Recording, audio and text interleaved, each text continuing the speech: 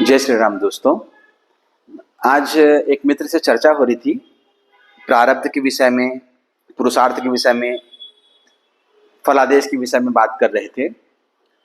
उस समय तो मैं डिटेल में उनसे बात नहीं किया, लेकिन मैं ये सोचा कि इस विषय में मैं एक वीडियो बना दूं ताकि इसके संबंध में लोगों को जानकारी हो।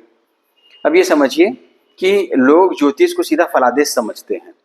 ये चीज़ भ्रांति अपने दिमाग से एकदम निकाल दीजिए, बल्कि इस तरफ तो जाना ही नहीं चाहिए।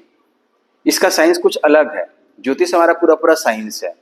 मैं बेसिक रूट से आपको समझाता हूँ कि ज्योतिष शास्त्र का महात्म्य क्या है। ज्योतिष शास्त्र जो है ना, जो वेदों का जो प्रवर्तन हुआ है ना, सनातन धर्म में वेदों का प्रवर्तन यज्ञों के सम्यक संपादन के लिए हुआ है। अब वेदों का प्रवर्तन का अर्थ क्या हुआ?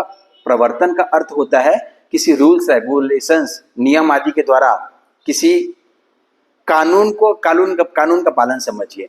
जब भी कोई नया कानून बनता है ना, नया एक्ट बनता है, नया लॉ आता है, तो गवर्नमेंट उसके इम्प्लीमेंटेशन के लिए कुछ रूल्स रेगुलेशंस, सर्कुलर्स, नोटिफिकेशंस, ये सब चीज को बनाती है कि उसका सही प्रकार से पालन हो सके। तो वैसा ही है, वेदों का जो प्रवर्तन हुआ है ना, वो यज्ञों के सम्यक संपादन के लिए हुआ है।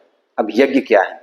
हमारे धार्मिक कृत्य जो है, इसको ऐसा समझिए कि जो हमारे देव पूजन है, जो दान है, जो संगठन में काम करने का तरीका है, इस पे यज्ञ में सिर्फ आप हवन पूजन मत समझिए। यज्ञ का अर्थ होता है हमारे दैनिक जीवन के कार्य, समझे?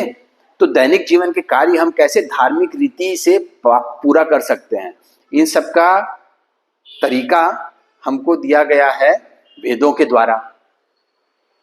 ठीक। अब वेद भी यज्ञ भी डिपेंड करते हैं। यज्ञ भी मतलब यज्ञों का सम्यक ज्ञान जो है ना, वो हमको काल के ज्ञान के द्वारा ही हो सकता है। यज्ञों का जो यज्ञ भी जो है ना, वो काल के सम्यक ज्ञान होने पर ही यथाविधि संभव हो सकते हैं। समझ में ही बात भाई। अब और फिर काल की गणना कैसे करें? तो काल की गणना के लिए हमारे पास है ज्योतिष शास्त्र, और ज्योतिष शास्त्र के द्वारा ही, मतलब ये समझिए शॉर्ट फॉर्म में कि जो ज्योतिष जान गया वो सब कुछ जान गया। हर काम का कोई समय होता है, चाहे कोई धार्मिक कृत्य ही क्यों ना हो, किसी भी प्रकार के धार्मिक कृत्य हो। धार्मिक कृत्य हमारे सभी कर्म होते हैं।